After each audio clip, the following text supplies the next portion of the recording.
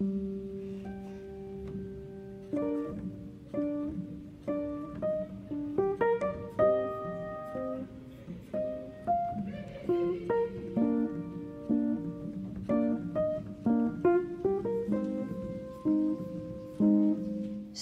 during summer, there was a video that popped up in my recommended on YouTube.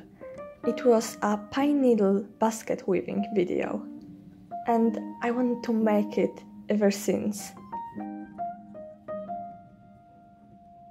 During this fall, I thought, well, fall is the greatest time for crafts like this, so I went to the little wood behind my house trying to search for pine needles, and I found some, but they were rather short.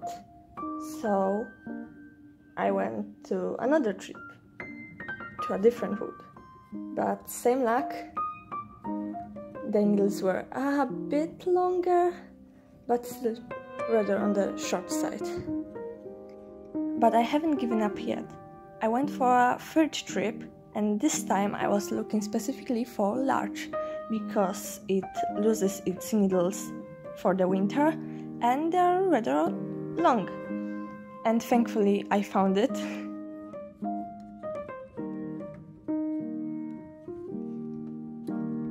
Here's a comparison of larch needles and pine needles.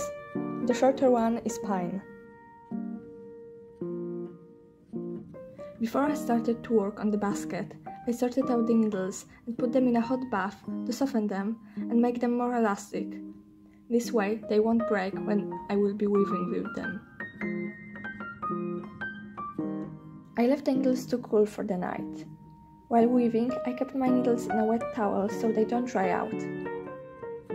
First, I put the needles in a piece of an old straw. You can use anything that will keep the needles in place. Please don't buy plastic straws for that. Instead, invest in paper straws. When the straw was full, I wrapped the needles with thread. That should prevent the needles from breaking in the center of the basket. I cut off the stems and bent the needles. I secured them with a few stitches. The next rows I secured by stitching through the same row that my thread was already on and putting pressure on the next one, keeping it in place.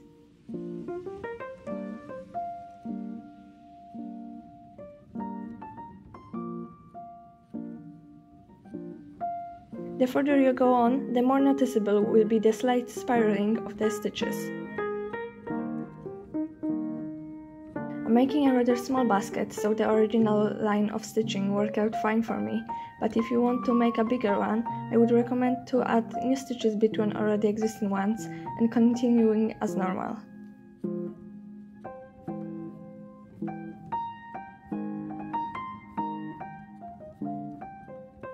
When I reached the desired diameter of my basket, I started working on the walls. You need to pay attention which side of the already existing basket is facing the bottom. You want the pretty spiral side to face the bottom, because this one will be visible when the basket is done. I laid the needles on top of each other and secured them with this time 2 stitches in one place, creating a V shape to make the walls.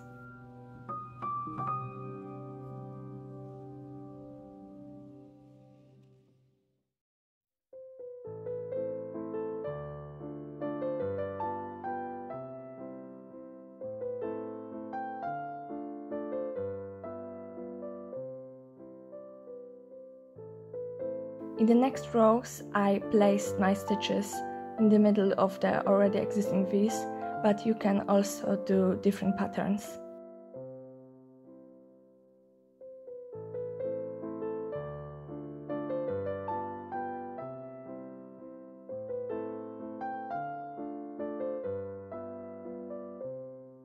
When I wasn't working on the basket, I started my needles in a closed container in the fridge so they don't dry out.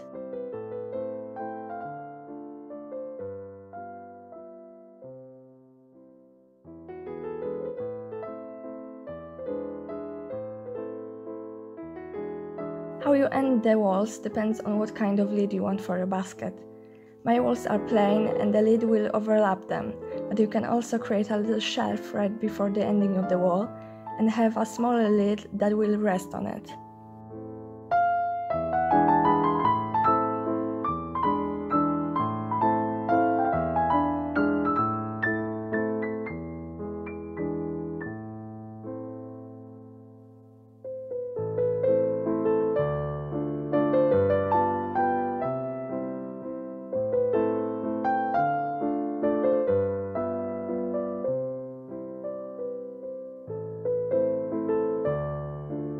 I secured the thread by trapping it inside the wall of the basket.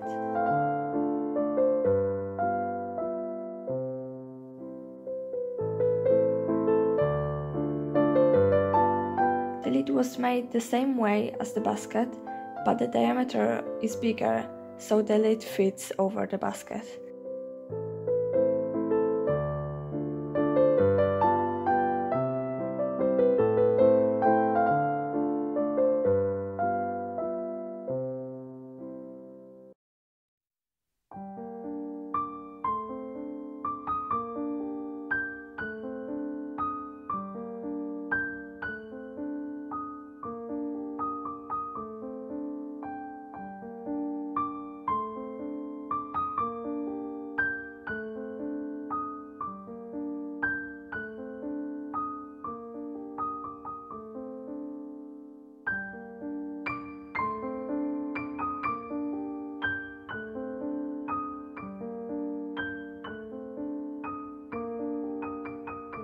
I wanted to put a cone on the top of the lid.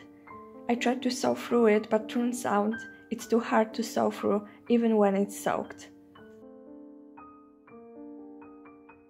Instead, I tangled some thread on the bottom of the cone, and then, after the thread was semi-secure, I sewed it to the top of the lid.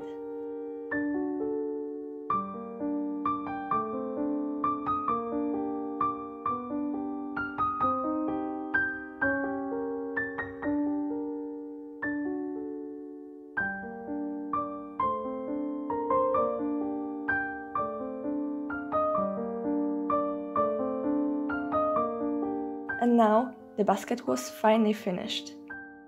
For the final result, you need to wait a few days for the pine needles to dry out fully, because they will be changing color over time.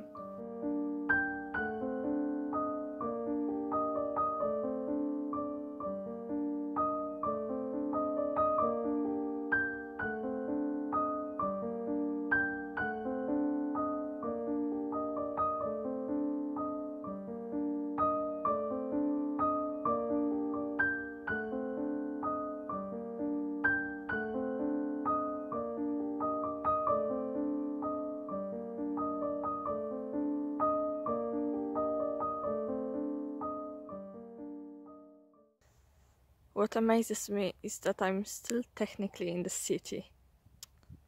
Nice. It's the middle of fall and these flowers are still growing there. They're here the entire summer, maybe even in the spring.